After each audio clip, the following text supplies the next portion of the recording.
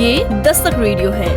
नमस्कार, आप सुन रहे हैं दस्तक टाइम्स का 5 मिनट का न्यूज बुलेटिन दस्तक अब तक। मैं हूँ प्रियंका। शाम 5 बजे की बड़ी खबरों के साथ। राष्ट्रपति द्रौपदी मुर्मू ओडिशा में हो रहे प्रवासी भारतीय दिवस सम्मेलन के समापन सत्र में प्रवासी भारतीय सम्मान पुरस्कार देंगी।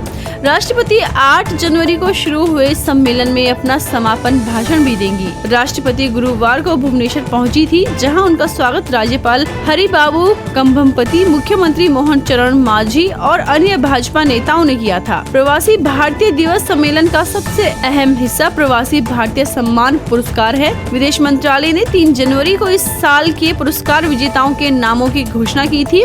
इस साल America, Fiji, Guyana, Mauritius, Moldova, Myanmar, रूस और सऊदी अरब जैसे देशों में 27 लोगों और संगठनों को ये पुरस्कार दिया जाएगा। उत्तराखंड में पहाड़ों से लेकर मैदानी इलाकों तक पाला पड़ने से तापमान में गिरावट दर्ज की गई है। उत्तराखंड के कई इलाकों में तापमान माइनस में चला गया है। केदारनाथ और बद्रीनाथ में तापमान -14 तक पहुंच गया है। हल्द्वानी में तापमान 4 डिग्री सेल्सियस पहुंच गया है। वहीं मौसम विभाग ने देहरादून, टिहरी, पौड़ी, चंपावत, नैनीताल, उधम सिंह नगर और हरिद्वार में आने वाले दिनों में मौसम खराब होने को लेकर अलर्ट जारी किया है। प्रयागराज में महाकुंभ 2025 को लेकर योगी सरकार एक्टिव है। खुद सीएम योगी आदित्यनाथ मौके पर जाकर व्यवस्थाओं का जायजा ले रहे हैं। इस बीच खबर है कि 20 जनवरी को प्रयागराज में ही योगी सरकार की कैबिनेट बैठक होगी और उसी दिन मुख्यमंत्री योगी के साथ पूरा कैबिनेट संगम में डुबकी लगाएगा। पाकिस्तानी सेना ने शुक्रवार को करीब 1:30 पर सरकानो जिले के नवाब पास इलाके में रॉकेट हमले किए। कथित तौर पर रॉकेट्स ने आवासीय घरों को निशाना बनाया, जिसके बाद 10 जानवर मारे गए और सैकड़ों परिवारों को इलाके से भागने पर मजबूर होना पड़ा। सीमा पर हिंसा एक बड़ा मुद्दा बन गया है, जिसमें पाकिस्तान और अफगानिस्तान दोनों एक दूसरे पर आतंकवादी समूहों को पनाह देने का आरोप लगाते हैं। प्रयागराज में महाकुंभ 13 जनवरी से शुरू हो रहा है। इसके लिए तैयारियां लगभग पूरी हो गई हैं। महाकुंभ में सुरक्षा का विशेष ध्यान रखा जा रहा है। तकनीक की मदद से यहां आने वाली तमाम गतिविधियों पर नजर रखी जा रही है। लोगों की सुरक्षा का ध्यान रखते हुए 4000 से अधिक कैमरे लगाए गए हैं।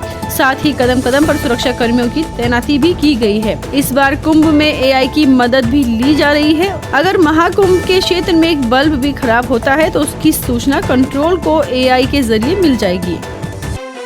सुप्रीम कोर्ट ने संभल की शाही जामा मस्जिद के विवाद में उत्तर प्रदेश सरकार को नोटिस जारी किया है। इस नोटिस में सुप्रीम कोर्ट ने सरकार से स्टेटस रिपोर्ट मांगी है। संभल शाही जामा मस्जिद प्रबंधक कमेटी की याचिका पर ये नोटिस जारी किया गया है। याचिका में मस्जिद कमेटी प्रबंधन ने मांग की थी कि उप जिलाधिकारी को निर्देश दिया जाए कि यथास्थिति बरकरार रखी जाए। दरअसल जिस निजी कुएं की खुदाई की जा रही है वो मस्जिद की सीढ़ियों के पास स्थित है।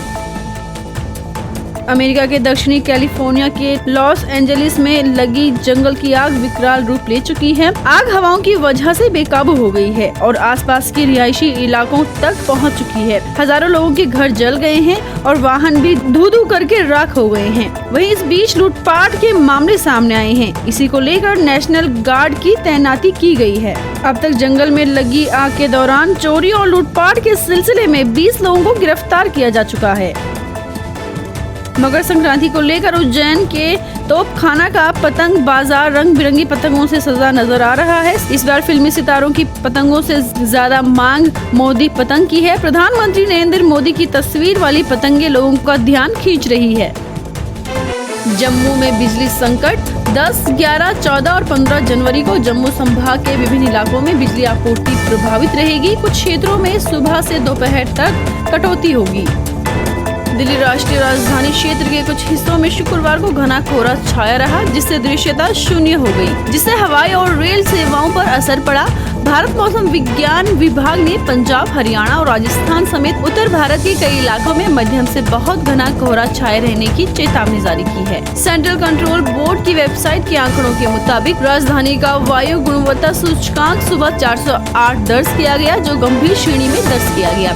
इंटरनेशनल एयरपोर्ट लिमिटेड ने शुक्रवार को सुबह एक विज्ञप्ति में कहा कि घने कोहरे के कारण हवाई सेवाओं पर असर पड़ा है। लो विजिबिलिटी की वजह से कई फ्लाइट्स प्रभावित हुई हैं। तो ये थी शाम 5 बजे तक की खास खबरें। और भी ऐसी खास खबरों को जानने के लिए सुनते रहें दस्तक रेडियो।